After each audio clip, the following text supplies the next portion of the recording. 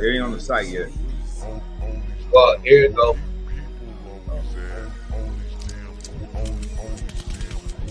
People always asking me all these damn questions, and they so confused. I don't know what to tell them.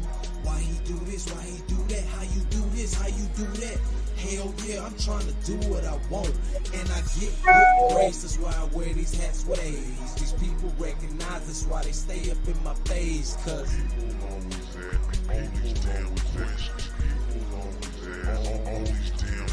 they wanna know. All right. Hey, woo-wee. What's going on, Doc? How you doing over there? Hey man, I'm good, man. I'm good. How you doing? Man, it's a whole lot of everything and nothing. I hope, I hope this catches people right where they need it to, like off balance, because I just don't like being scheduled anymore. And I get asked like, "Oh, when you gonna do another podcast? When you do a podcast?" And I feel like I was letting some people down, but I feel like absence makes the heart grow fonder. I feel you, man. Nah, man, but I miss this, like for whatever it's worth, we try to have our conversations outside of this. But I felt compelled for us to get on it today and talk about what oppression in the second. Yeah. And so, man, my sweet serenade to that is like, if you were to do the research, we're not going to even talk about the number of shootings, but if you were to do the research on mass shootings, right? I think they said it was like what 621 something in 2021 alone. Yeah, bro. But for real, if we were to look at the data, right? I hate to say this, but if we were to look at the data, who would be most likely to be a mass shooter? Like white males between the ages of 18 and probably 34. That's very specific, sir. Where would you be pulling that data from? And so the FBI keeps statistics on mass shooters. So the definition of a mass shooter is that there's 4 or more casualties, not counting the actual shooter. So if it's 3 people and the shooter kills himself, not a mass shooting. Has to be 4, not counting the shooter. That's how the FBI counts the statistics.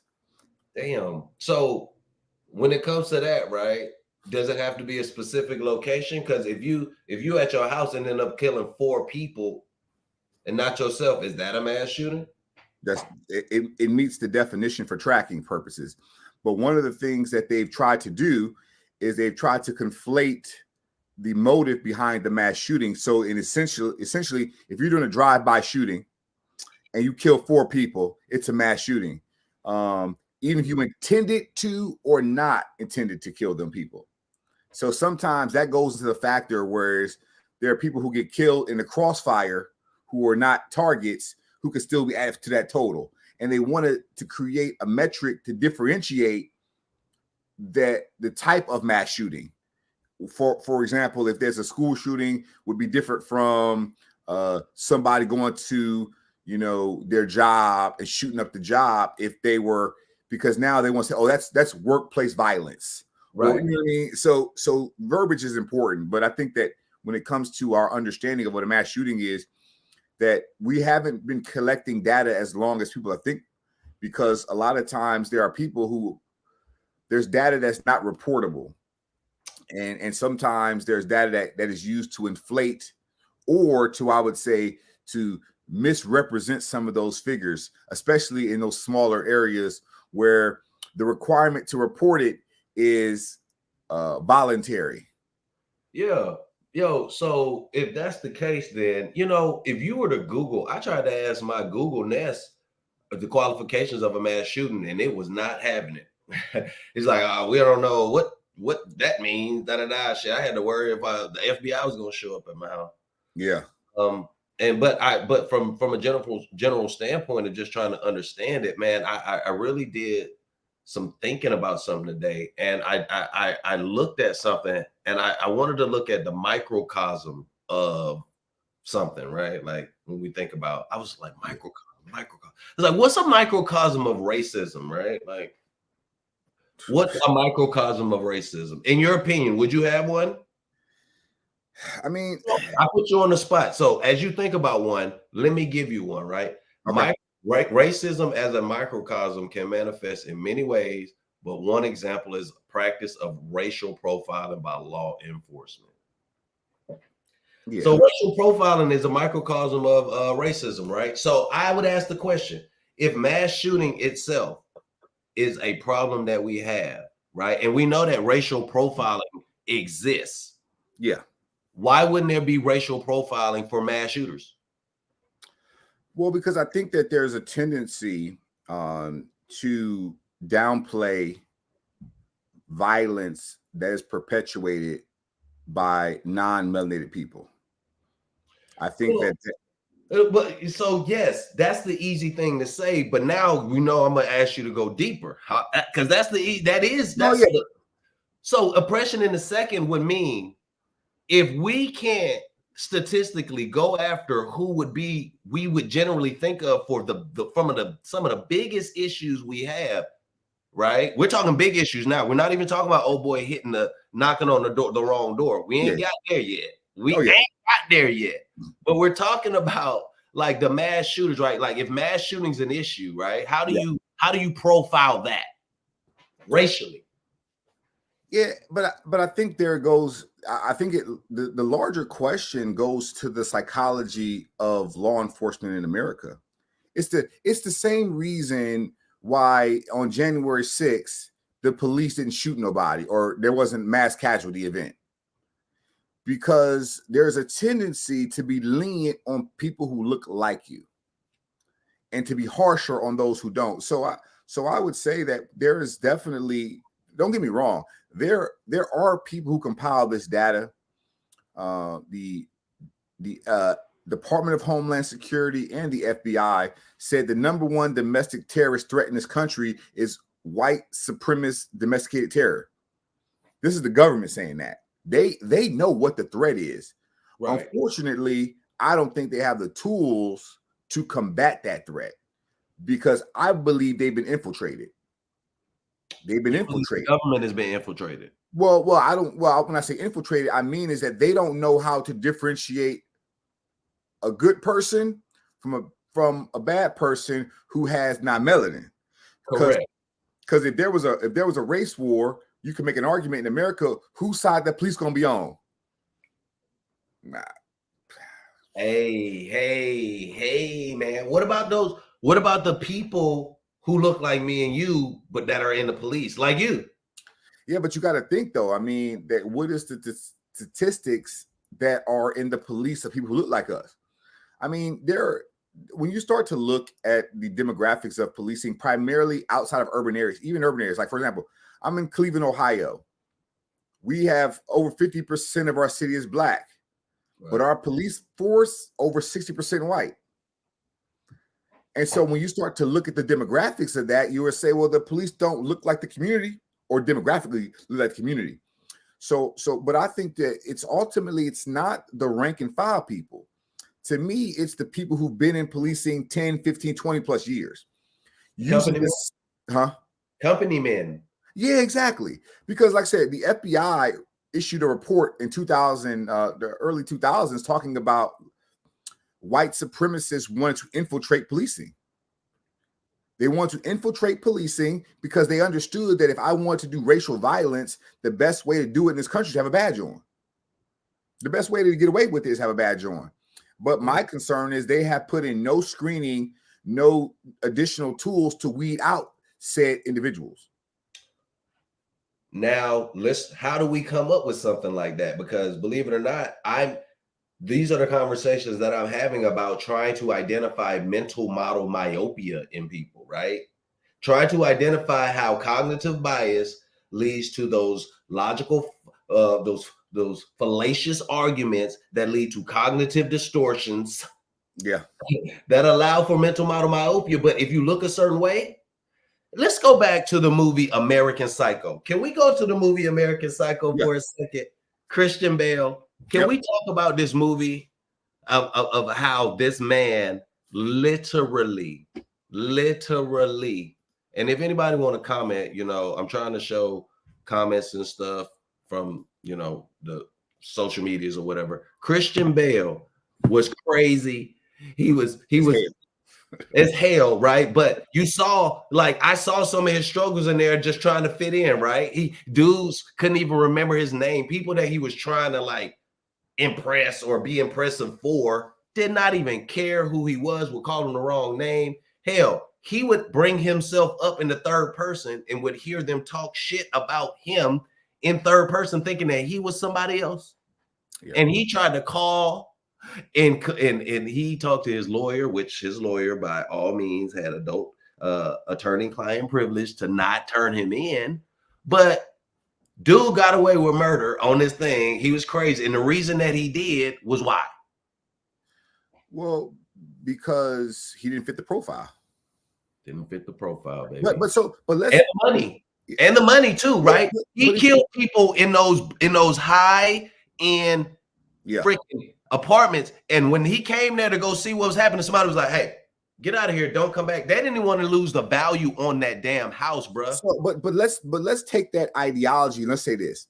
When a white shooter shoots up a school, do we scrutinize his parents like we do a black child who was killed for jaywalking? I do. No, what I'm saying. I'm talking about as a system. Do we say we of course we think critically, but I'm talking about when that parent says, well, we don't know how our child got radicalized. My first thought is, well, you've been living with him for 18 years. You ain't seen no inklings that he had some hatred in his heart. Right. But I'm talking about it when it comes to the media. I'm not talking about individuals doing their own analysis. I'm talking about the questions that we put to black people that we don't put to any other demographic. Primarily, when a black kid do something, our first thought is, well, his dad wasn't there. His parents wasn't there. His mama wasn't there. We start to unpack that person's life. We go out and find the worst picture he ever took in his life when he's getting his hair braided and half the braids was braided, and that's the news photo. But when a white dude goes out there and shoots up the school, we put up his high school prom photo up there. Right. We say he was a star athlete. We use words to downplay the severity of their crime, and I think it paints a model in people's mind that this was not the norm. This was abnormal. This is rare, and we're shocked. And I think that's how it's portrayed in the media.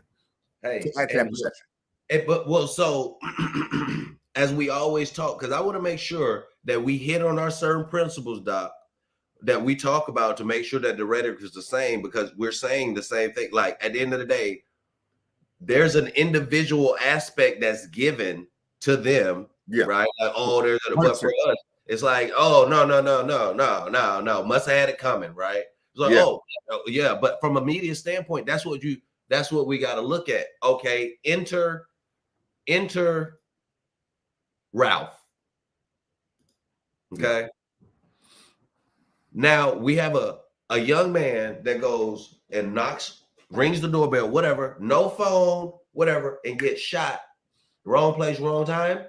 Scary ass person. What happened, Doc? Yeah, but and this is where I think that we get into this idea that we understand that if he would have been a white kid knocking on that door, he didn't get shot. He wouldn't have been shot. I don't think anybody disagrees with that. But I think that there was just an interview that came out with the guy's grandson and said that all he does is listen to Fox News all day. He's and I think that there is definitely something to be said about this fear of the great replacement. You have people in their homes who feel like they're losing the country. AI. Yeah, well, I'm talking about demographically. Everything. No, if you think about demographically, that's always been a thing, right? But if you now add AI on the outskirts of all of this, that's the thing psychologically, man. But I'm talking about it's always been a thing, but urgency dictates methodology, not practicality. As it gets closer, you're going to see more violence. And I think that's why, a couple of months ago, it's called accelerationist. white supremacists in America have determined that we have to accelerate race violence in order to keep racial control. So they were trying to blow up the power grid in Baltimore. They're trying to poison the water wells out in Texas. They've been trying to accelerate their violence because they understand that in chaos, people will resort back to their animalistic behaviors of not trusting, of essentially, walling off people. And they understand that they're waiting for our response. That's what they're waiting for. They're waiting for our response. And I think that's where you're going to see the most violence, is when people who have historically been treated very bad say no more. That's why I brought the news thing, and you hit it dead on the head, right? But even at a local level, news is a parasite, and not only a parasite, there's a contagion of passing negative information biasly. Yes. Right? Because if we watch it, hell, I'll watch it and be like, it can't be just this going on or whatever, but like, knowing that the news can negatively affect you every day, and if you're sitting around and that's all you're doing, but that's where the mental model myopia creeps in, Doc. Yeah. Like, you can't see anything else. And like, if somebody knocks on the door, so there were 2 other incidents after this though that I heard about. Somebody getting in the wrong car and somebody driving in the driveway to turn around and shots coming out the house. Oh yeah, and that's part of this process is that when you put people in who have a fear, you mix that with paranoia, and then you give them guns, you have a fire waiting to happen. Right. Because we're definitely entering to an era where people are resorting to violence because they don't have the faculty to find out what's going on. And I think that is a very scary reality, that the ball went into somebody's yard and then they like start shooting them. From now on, people are going to disengage. And I think that when it comes to dealing with people, there's definitely going to be a let me see your hands, assessing threat, because you right now you just don't know. Like, I don't know if I'm going to knock on the door and there's going to be a bigot behind it. Bruh, listen to me. We were just talking about my trips to, living my best life, whatever, right? Because I'm trying to do some work and stuff, right? Yeah. But on one of these trips, I'm going to try to find this old house that my grandmother owns, but she's deceased, but her mother used to own it. And it's still kind of in both of their names, but I can't find this property, man. And man, I knocked on a door. I knocked on a door and I was scared. And this was like within the past 3 months. Yeah. But I was scared to knock on that door, right? Like, I can't, like, hey, just knock it. You know what I mean? Like, I remember this stuff, right? Yeah. Like, these are things that I remember. Like, side note, being in Hawaii before the volcano went off, right? Like, looking at it like, man, damn, I wonder what it'll look like. And volcano goes off 2 weeks later. Like, here we are having a conversation about being shot. And I was in the middle of BFE, like Townsend, Georgia, by Savannah, man. And the old, like Squidbillies type stuff. I don't know. Like, but I could have been laced up with a shotgun, right? But it didn't happen. But that's the type of stuff that I think about. But I think that larger fear is something that we don't really I think we don't quantify the impacts of our racist system on our mental health. You're right. We don't quantify it, because I think that, I was talking to somebody today. I said, first off, nothing is broken with our system. It's functioning the way it's designed to function. So when you talk about the castle doctrine, stand your ground laws, essentially, what I'm seeing happening is that the legal construct in this country was designed for people to exercise their prejudice without legal accountability. Because my concern is that if you're going to do something, that is totally out of rational thought, then there needs to be consequences for it. But we know that we're living in a country where you can go cross state lines with a rifle, shoot up a bunch of people, murder 2, maim 1, illegally own that firearm, and you are celebrated as a hero. And when a country celebrates heroes that are murderers who break the law, what we create is a society that says that I'm going to be more like those people. And in Texas, when that guy, the governor is talking about pardoning that guy who drove his car into a crowd of Black Lives Matter protesters, shot the guy, killed him, but he said that I'm going to shoot one of these guys today. And now the governor's going to pardon him. And so what this message that sends is that you can kill people who oppose you politically, and you are going to have state sanctioned help to get you off those charges. And that's a very dangerous precedent. So your confident opinion is that there is state-sponsored there might be a particular image of state-sponsored violence towards political adversaries if you look a certain way? Well, but this is, we have to go to what was the Second Amendment created for. Most people don't know that the only reason that the Second Amendment was added to the Constitution, and they don't even know what the role of the militia was in 1789. The role of the militia was to put down slave revolts and rebellions. That's what they were for. The southern states believed if there was a rebellion, they wanted northern states to come to their defense. And they believed that every military-aged man should have a gun in order, because the biggest threat in that time was slave revolts. A revolt. And so we know that the first black codes in America said that black people cannot own guns. That was what they said. They said that you cannot own a gun. And when they created these provisions in law, what they had to do was find ways to justify people not owning guns, which is why if you are a convicted felon, you cannot own a firearm. Nope. And then, but they knew this. They knew that we have to disenfranchise these people and take away their rights to self-defense, because the Second Amendment had nothing to do with foreign invasions. It wasn't about that. It was about black folks not having the right to protect themselves. And the people who had the guns were essentially the ones who had to put down those revolts.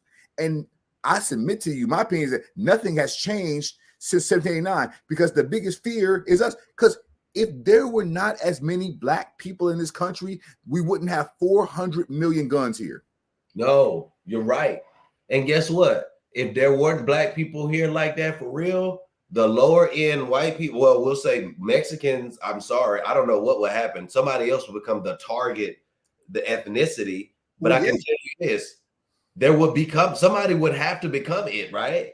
Well, yeah, but see, I look at it like this. We don't live in a homogenous population. No. This is why European countries can have gun reform laws. This is why Britain and Norway and Sweden, Australia, yeah, they can do this because they have a homogenous population. And see, when you don't have an external threat, there is no need to create one, because the problem is that I will say this, that no one fits the description of black people in America, only because of the legacy of violence towards us. See, there isn't a 400-year history that some people have to contend with, because the psychology, see, it was Jefferson who put it this way. He said that the way we treat these people, we can't live with them as them being free, because they're going to essentially want revenge for how we've been treating them like shit. And we can't coexist. And I think that he's speaking from his own fear, because his conscience was guilty. He had a guilty. Yeah. And so when I look at the Second Amendment, my concern is this. I was telling somebody the other day, I said, listen, the Second Amendment is going to be the kryptonite that destroys America. The Second Amendment will be the cause of the second Civil War in this country. It will be it. It's the only thing, because they ban books here, but the First Amendment says I can read whatever I want to read. And they banning books. So we know something that's more important, that books are more powerful than guns, because ideas lead to revolutions. Correct. Guns put them down. Hey, and they know that. and you are saying a thing. So right now, we would have to say the difference of what we're talking about is understanding the difference in what the Second Amendment was intended for and how it's been used since, right? Because so first of all, it's an amendment. So that means that there was something wrong with the original Constitution. The Articles of Confederation, yeah. Okay, so the first, so when you talk about the Articles of Confederation, when you talk about all that, when you talk about what the Bill of Rights are, right? Yep. When did the Bill of Rights come?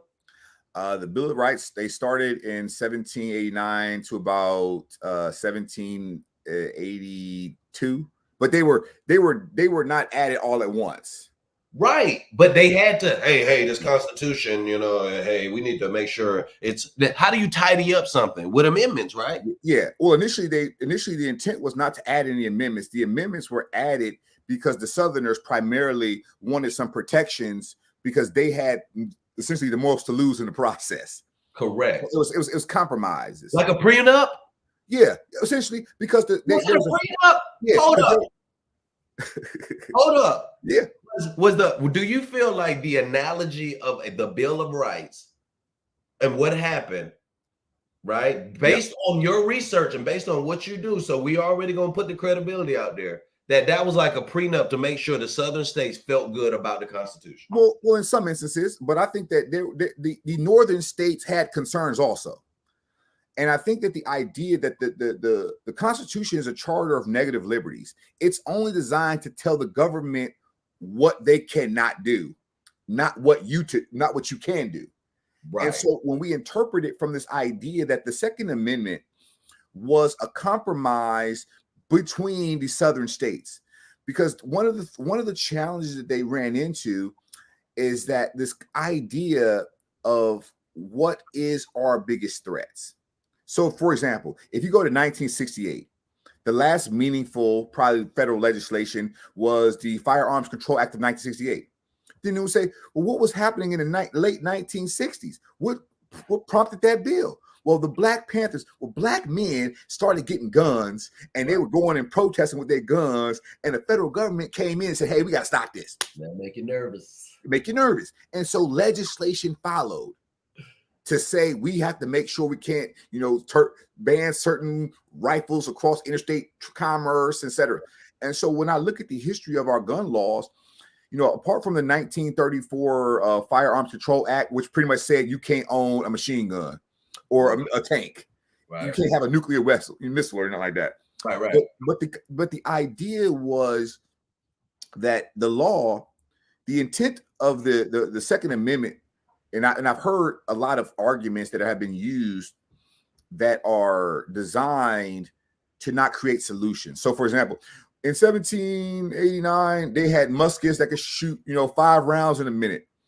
And my thought process is yes, although technology does update or upgrade, there are limitations because we don't connect the well-regulated part to the right to keep and bear arms not be infringed. Right. And that's where the Heller decision said that the clause of the right to bear arm is not contingent upon the clause a well-regulated militia necessary for the free state, essentially, the right for people to keep and bear arms shall not be infringed.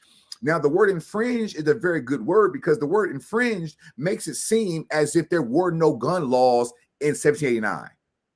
They did have gun laws in 1789. Okay. Yes, they had gun laws about how to store. You couldn't store gunpowder in a location that had a certain amount of guns in there. They had reasonable rules back then, but we don't bring up and go into those rules. They had equivalent of, I guess, if you killed 3 people back then, it'd been a mass shooting. They had shootings of people back then, but the problem is that they could usually take down the bad guy because he had to go like this. Got my gunpowder in my musket. So he killed about 3 people, but before he got to this 4th person, somebody could get to him.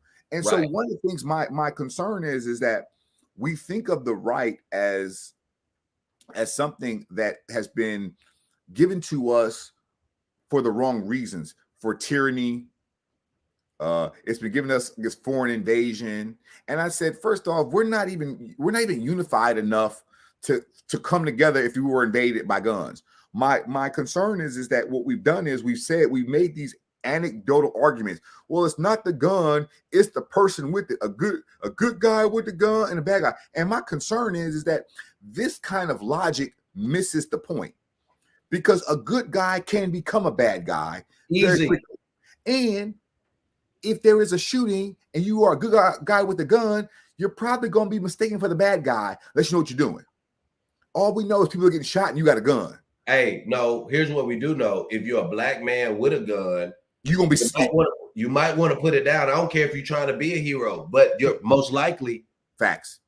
Right? Like, I don't care what happens. Like, when somebody show up, if you have to handle your business with a gun as a black man to defend yourself or whatever, put that gun down and get on the ground. And just so we're clear, you know, I think that gun laws would hurt black people the most.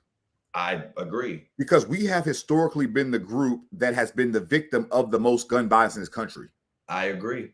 I mean, but we got to understand, like, you know, when you start talking about how guns get into black neighborhoods, when you start talking about how drugs get into black neighborhoods, you have to understand that this is a design. I tell people, Ronald Reagan was the biggest drug dealer this country's ever seen. No, he was. He was the biggest drug dealer that this country's ever seen.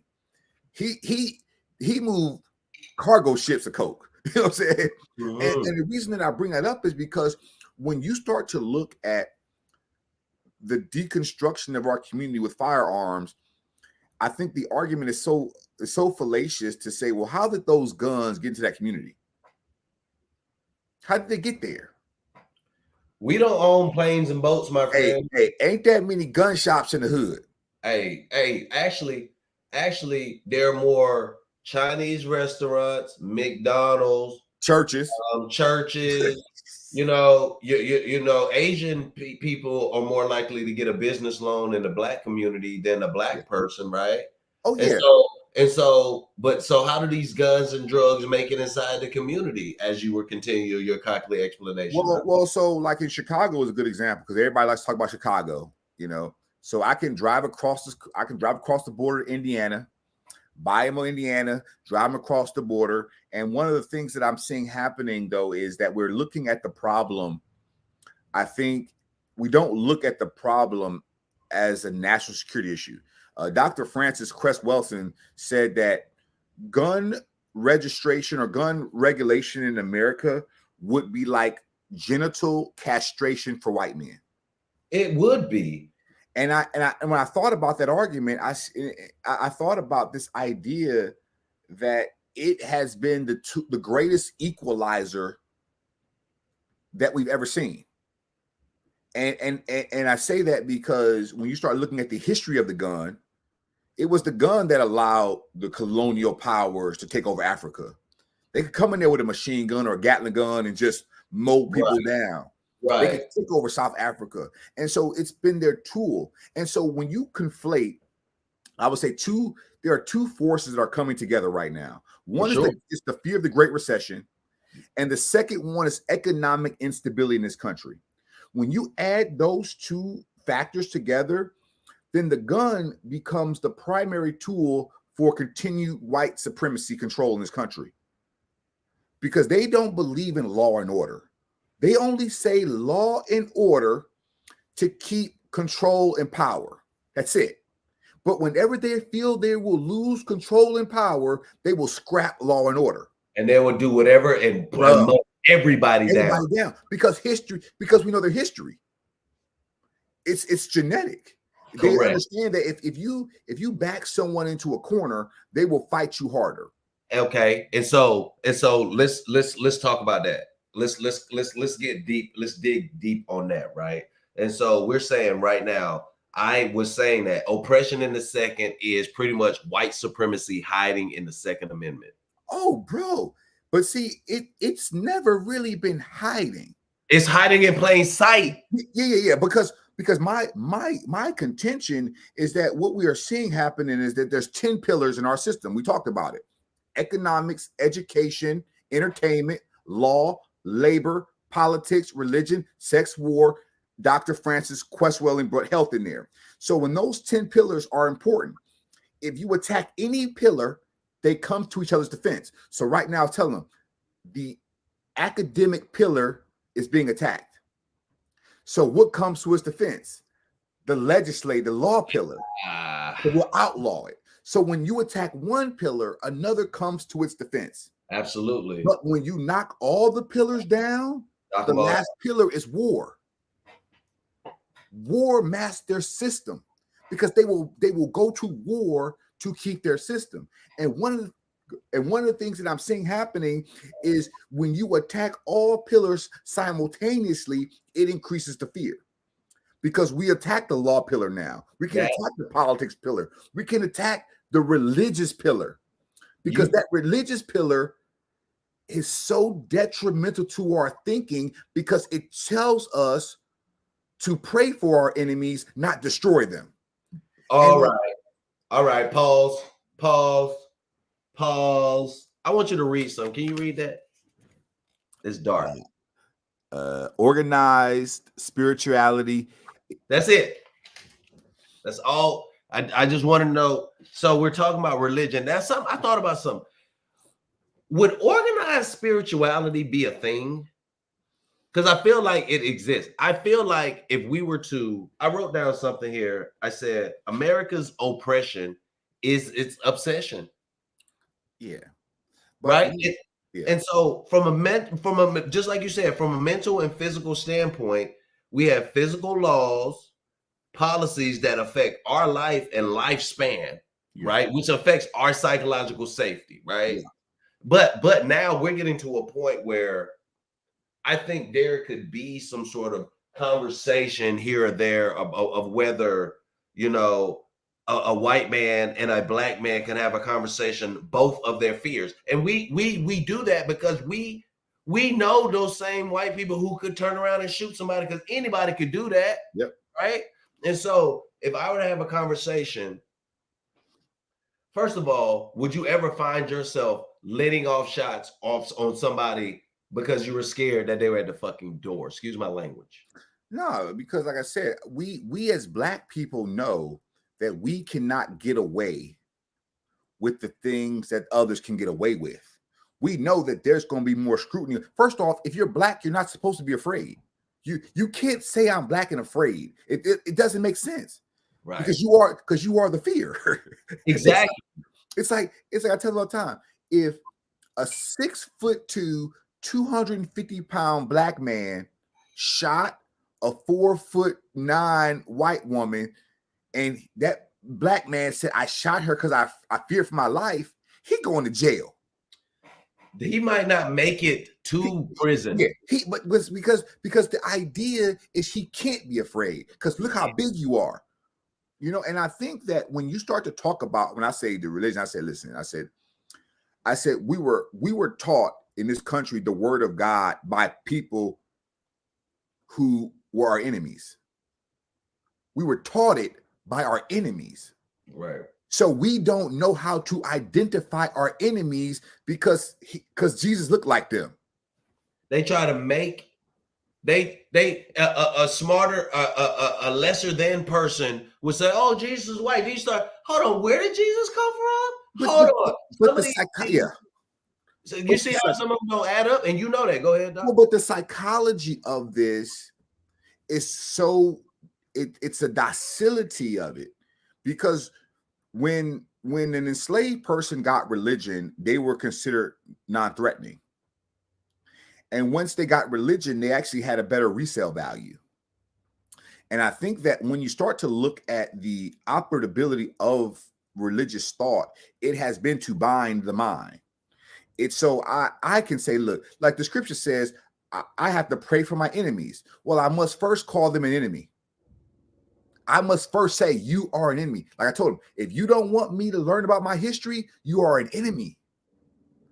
And we don't want to do that. We don't want to say that word enemy, because if I say enemy, it adds the idea of adversary and an opposition and someone who opposes me. And that's all an enemy is. An enemy is somebody putting an obstacle in my path for enlightenment, for discovery. And to your point about the Second Amendment, what I'd say is this. I'd say that when you start to talk about this country, from Indian exclusionary, from Indians being took off the reservation, the Gullah Geechee Wars, the firepower has been the greatest tool, but there's something more powerful than it. And the more powerful tool is because, like I told you, those 10 pillars work only when they are interoperable. Some pillars, so slavery started as an economic pillar only.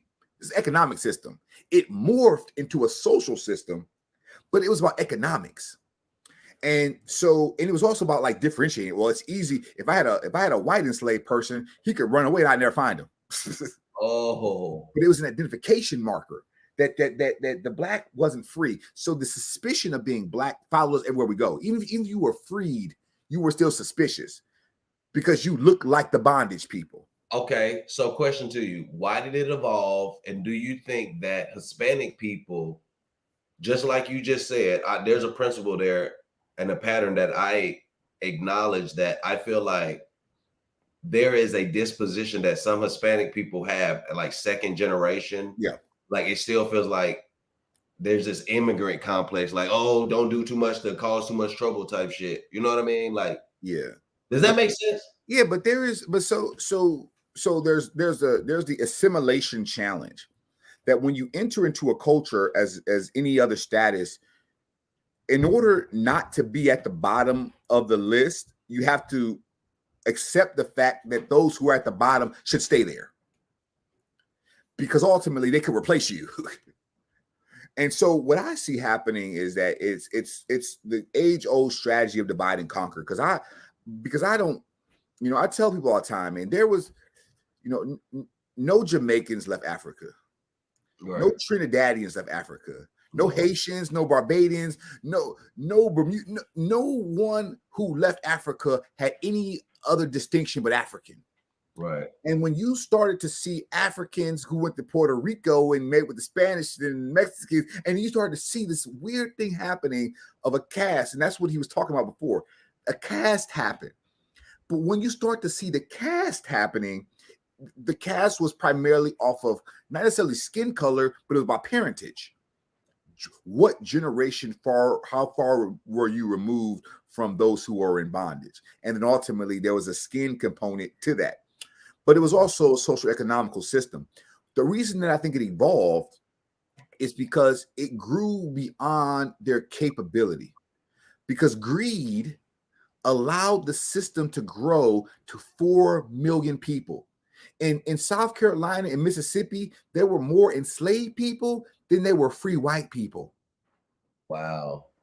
There were more enslaved people. So you had to create a system of control that allowed you to go to sleep at night without fearing a revolt. Yes. You had, and that was what religion did. It said, well, with the Second Amendment, because the militia, one of the things that they would do is they understood that even freed black people could not own firearms. They passed laws to outlaw freed black people from owning firearms, because the fear was that the free black people would help the slaves to build. And that makes sense, especially if you're scared and you vibrate low and you think that all you're thinking about, I'll go there. And so thinking about that somebody's just always after your stuff is a good way to vibrate low, right? And so hearing all this stuff makes me think of, at the end of the day, there's a choice today to think differently about how you do things, right? Like, yes. I recently, and the reason I like doing this the way that we do it, Doc, is because we can talk academically and all that, but I'm always trying to bring it back to how we feel and how it exists right here, and how principles apply, right? And so, like, for my daughter, she lives here with me, right? Okay, great. But I'm still responsible for her in some form or fashion. Yeah. Now, do I oppress my child? She's 20. And how do you oppress a 20-year-old? Yeah, I mean, I don't think depression is the right word, but I think it's Oh, no. But we have to use the word oppression. Let's just say we have to use oppression. How do you oppress somebody? well, because I think the word oppression is about being protracted or drawn out. It's so I think that the reason the reason I don't use the word oppression too often is because there's a pattern. Because I Right. think so oftentimes we're talking about hundreds of years of systems and processes of oppression. Right. Yeah, I think if we used it to say, I would say that the idea is tutelage, because if the parent ideally knows best for the child to a certain point, and you might see issues that they don't see that may be perceived as oppression that as they get older may appreciate it. I'm Well, glad that that my parent took interest in my well-being, but I but don't. follow me though, Yeah, because you're right where I want you to be. yeah, But I'm using the word oppression for a reason yeah, because it can be conflated. yes, But in her head, it could be oppression because oppression in its definition would mean what? Prolonged, yeah. cruel, and unjust treatment and control. 20 years seems like oppression, doesn't it? Oh no, no, no. Only reason I say it is because I think that when we say oppression in the sense of individuals, I think them as subjective. Like I'm talking about objective oppression, because I may say you can't have any candy, and you might think you're being oppressed, and I'm Boom. thinking, and I'm That's why I thinking, want you to, that's why I thank you. I want you to challenge stuff that I yeah, say because they mean things, right? yeah, yeah, But yeah. if we just say the words oppression, like that doesn't ring the same way it would to regular people because we want more substance in what you're talking about. Like, Yeah, why would you say you're oppressed? Right. But I'm using my child as an example yeah, because, as parents and as kids, like you remember growing up and you remember wanting to do certain things and your parents would get in the way of that. Right. You're like, oh, no. But you would think about now, you're like, I appreciate Hey, that. Right. I gonna lie, man. I was kind of an anomaly, man. After about 10 years old, man, I just did what I wanted to do. Lucky. I didn't have a dad in my life, and my mom. After about 10, I was bigger than my mom. She couldn't whoop me no more, and she just had to do the. But I think that part of the problem is that How when did you get away from that? huh? How did you develop? And even though you understood that you had a mentality where you could do what you want, you still had to have some sort of self-correction right now to be where you're at to Oh, even recognize definitely. that. How Because did that I think we learn by contrast. happen? I think that one of the things for me is like, I could drink, smoke in the house before I was a teenager. And I didn't have to hide nothing. So when I got to be 8, it wasn't no big deal for me. It wasn't a big deal. It wasn't a big deal. And I think that so oftentimes, I think that one of the things that my mom thought was, if he's gonna be doing something bad, he should be doing it in the house. He should be in the house doing it. Right. Like he shouldn't be out in the street drinking. If you're gonna be drinking, he should be in the house. Right. And so, since she took that mentality, it was a lot easier for me to not have to sneak and do stuff. But did you take it at some point in time? I'm pretty sure there was taken advantage of because that's what kids do. But your mom couldn't stop you from drinking in the house no more.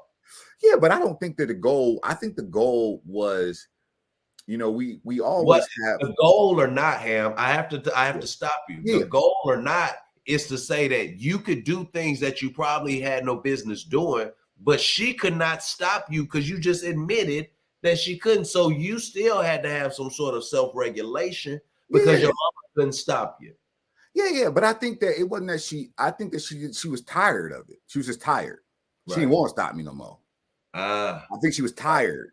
Like, but so I, as a man, would a man get tired and just let his? Well, that's what I'm saying. It wasn't no dad in my house. But to think from the perspective of a man, because we all get to choose what solidarity we get to be a part of. As a man, how do you think that would have went down? Yeah, but I mean, it's hard to say because I don't have a reference point because I would always look to people with dads and I would say, oh, he's being too tough. Or why this happening? But I'd always think that maybe we don't get to pick our environment when we grow up, and so because we have to make do what we get, And I think that there are people who are very controlled going up, and then you see them in the military and they wild. They out the house and then they wild. And you like camel. Yeah, because they were like so constricted, and then they get out there and then they get their first taste of alcohol. They're like, what is this? Woo! And so I think that for me growing up, I had accelerated youth, you know, and I think that part of that idea comes from you don't get to pick your environment. And even with this country, I think a lot of the stuff that we are talking about oppression, I think a lot of things, nobody's picking it. Like nobody says, I want to be oppressed or I want to be an oppressor. I think what happens is that it becomes natural. It becomes natural to accept it. And I think that there's a denial of oppression because I think that you can't tell me how I feel about something. You can't tell me how I feel. If I feel like I'm being oppressed, then I'm oppressed. Now let's segue into something real quick.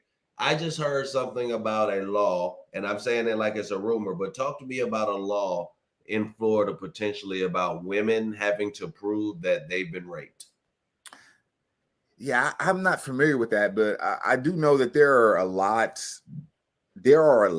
of these Republican laws that are coming out. Like I saw one about the transgender. They got to test your genitals before you play sports. Now, but see, my thought process is that if the burden of proof is on, you know, is on people who have power, have always wanted, and essentially in this country, to control the female body. Yes.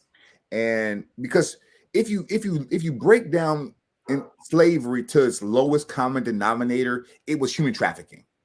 Okay. It was human trafficking. Right. It was legalized human trafficking for immoral purposes.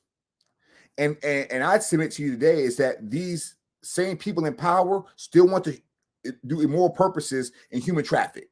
I think that's part of what the system does.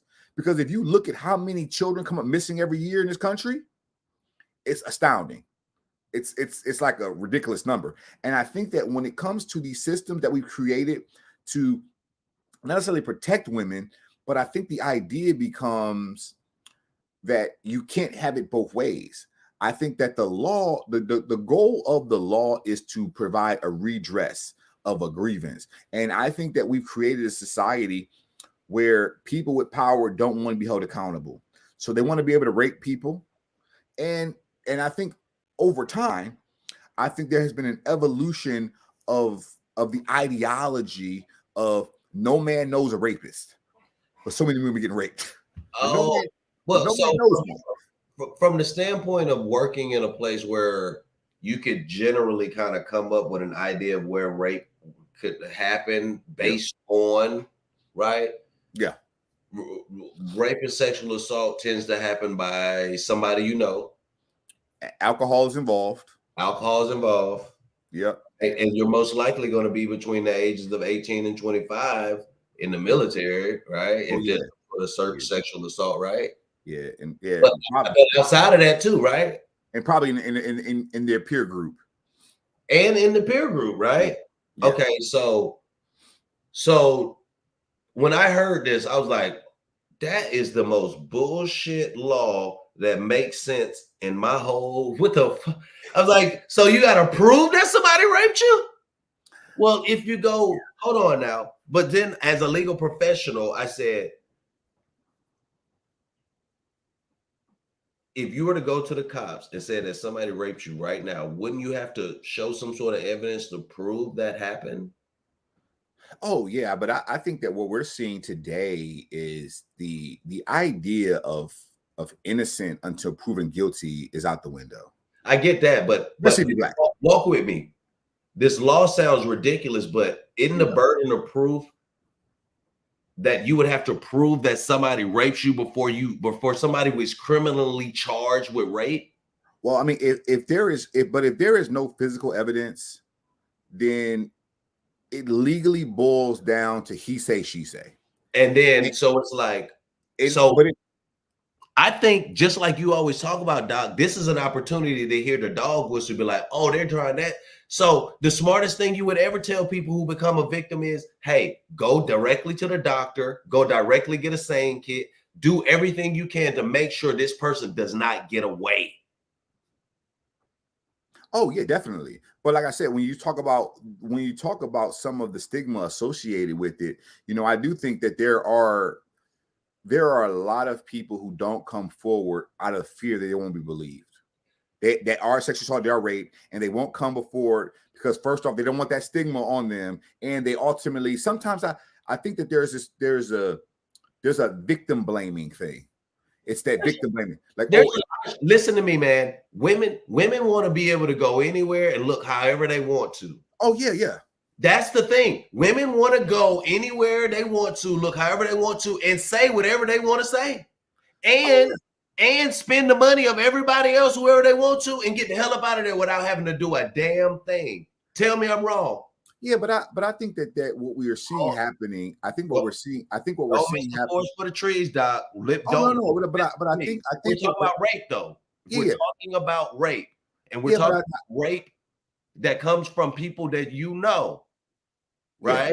How do you find yourself in situations? Somebody would say, I don't want to be held accountable for putting myself in certain situations, which is why in the military, it came down to that expedited transfer stuff.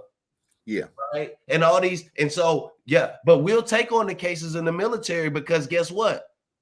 It's just training and souls get lost. And guess what? If it's somebody black or they don't care about it, guess what? Toss them. Oh yeah, but like I said, I've been a part of a lot of rape cases in my time in the military. I believe you. I've been a part of a lot of cases, and I've talked to the OSI agents who do the investigations because they changed that rule where they got to be. And when I talk to those guys, what they end up primarily feeling like is that a lot of times they don't have enough evidence to prosecute. First of all, OSI investigation for sexual assault are trash. But anyway, but it tends to be that they don't usually have enough evidence to go. If this, like for example, if this were to go before court, and this was to be, if the standard is reasonable doubt, then yes, there is there. Yes, they know that there is reasonable doubt there. Right. And I think when it comes, unless there is video, because the military said you cannot film yourself having sexual activity. It's illegal. So ultimately, if you had documentary evidence, that could be a problem. But the reason I think that's important though is because when you start to look at these cases, I think that they're individualized cases. Yeah. I think that when you create a blanket policy, I think you miss the intent of what you're trying to get, which is justice. Because I think that a lot of primarily, let's say there was a case in Memphis where this dude was out here serial raping women, beating her, and the cops were not doing the rape kits. Right. And so this guy went out and raped and killed a white woman. But guess what? They tested that kid immediately, found out who it was. And now that dude could have been, because he raped black women, but those kits weren't getting tested. And I think that the way our justice system works was if the victim of the crime has certain, features, which we know what those are, then the investigatory methods tend to be a little more severe or more prompt. You got me. You got me in the segue to take it back to where oppression in the second. All right. That's why you will never see racial profiling for a mass shooting, because it will take out the white supremacy complex. So white supremacy hides inside the oppression. But we got to move to the book tip. Money tip, book tip. It's that time. Sorry. Got him. All right. So money tip, book tip. Hey, I'm going to combine mine. Right. And so what I'm going to do, I'm going to share a screen real quick. And I'm going to go to, where is this? Boom. So I'm going to share my screen real quick, 45 seconds here. What you see is how to attract money. This book combines like spirituality and how to positively think about money. And so it's a good book. And that's my book tip. All right, Doc, we got 25 seconds. So quick book tip, quick money tip. Man, we were talking about the Second Amendment, and you can't find this book on Amazon. It's called The Turner Diaries. It's a post-apocalypse white supremacy fantasy book about the good old days, about killing black folk and how they're going to do it, their strategies. It's a very good book. But I would say, money tip, I would say diversify your portfolio, because the dollar-denominated assets ain't what they used to be. Right. Diversification. Right. All right. And so speaking of which, I'm wearing a little something. I'm always trying to wear something, but I just wanted to share, make sure, show your reverence. Objectively out of Rare. You see the gear, you got the sex trophy stuff here. You know what I mean? You can shop all. You got a sex trophy. What does sex trophy mean? Sex trophy means that at the end of the day, like, we are gods, and the closest thing we are to God is making other people, right? So you as yourself are a sex trophy. So you be the best you could be because your parents tried to be gods with you. So if you ain't shit, guess what? All right. And so objectively, Autorare has a lot of different things here. You can say stuff you want, whatever. Mouse pad. Look, I got the mouse pad right here, baby. Y'all can't this special right here. This that special. You know what I mean? Hey, we got the coasters right here. You know what I mean? We got the coasters going.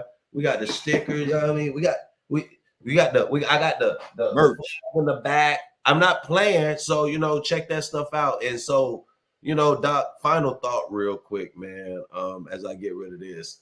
And I appreciate you shopping and anybody else who does.